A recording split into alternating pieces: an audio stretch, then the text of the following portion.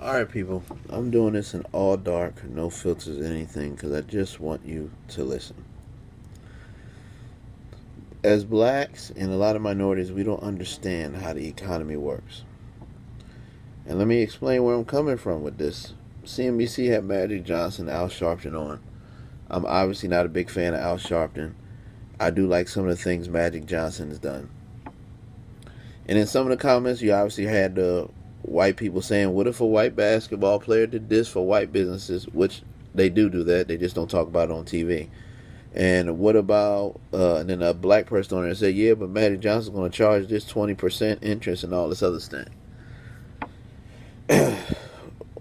So they were upset about the 20% interest. Black people, let me let you understand one thing. If Jay-Z signs you to a record deal, he has to make money off of that. That's the biggest difference between us and white people. If Jay-Z signs you to a contract, he's going to get a percentage off your sales. You're going to get a percentage off your sales. You're not going to get 100% percentage off your sales because you didn't start independently like him. The reason he's so big, Master P is so big, and other people are so big is because they said, I want to sell out the trunk of my car. Screw going straight through a record label. I have a distribution deal. So if you don't want a business loan from Magic Johnson or other black people or anything and you're worried about the interest of the loan, then you have to grind. You have to save your money responsibly. You have to start from the ground up. You have to go to a vacant building in your neighborhood.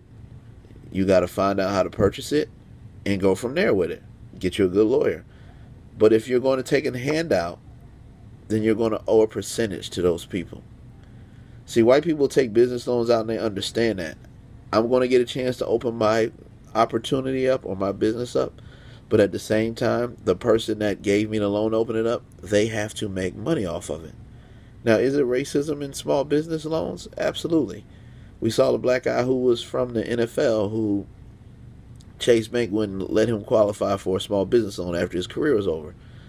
But I want y'all to understand one thing. That's not white people's fault. That's our fault.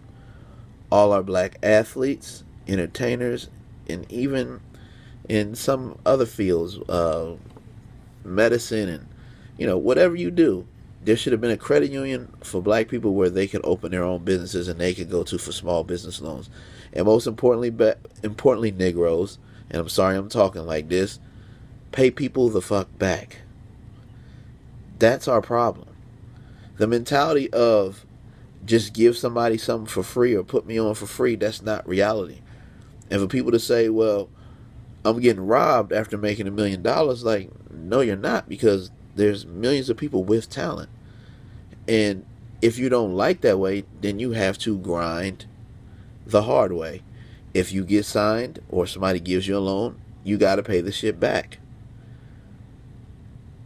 The alternative is, if you don't like your record deal, and I'm talking in music and business because I know that's how we're good at in the minority community. If you don't like your record deal, you can always go back to flipping burgers somewhere, or working at FedEx or UPS, or working a hard paying job. Or you can say, on this record deal, I got screwed. I got my percentage. The company got their percentage, or whatever artist you signed to got their percentage. Put some of the actual money away that you're making, that's good money, and invest in your own shit, like real estate or your own company, and then buy your way out of your contract. You ever heard that? It's a lot of hip-hop artists that paid their way out of their contract. They bought their way out because they learned how to invest their money so they wouldn't have a lock on them. Learn how interest works. White people buy multiple houses and they're real estate agents because they understand how interest works. They understand what this percent means or that percent means. Understand if your loan says, are you paying towards the actual total or are you paying towards the interest only? Understand little simple shit like that, and we can get far in this country as black people. But nobody's going to give you something for free. And if they do give you something for free, there's strings attached. Even when you see those people win those free houses or say you get this much money for a lifetime, it's just like when they say you got free lifetime oil changes. That means only 3 oil changes a year. So understand that. Okay, guys? Something comes with everything. Now, somebody may give you something for free, like your family, like a car or some shit like that. But when it comes to real shit like a house or $1 million, you win $1 million in the lottery, that ain't $1 million. Anybody who ever won the lottery, tell them. 700K of that, 700K of that is probably, or 300K off the top going to the government. And then by the time you get it back, you, depending on what state you live in, you probably at $650,000 after everybody takes their fees out.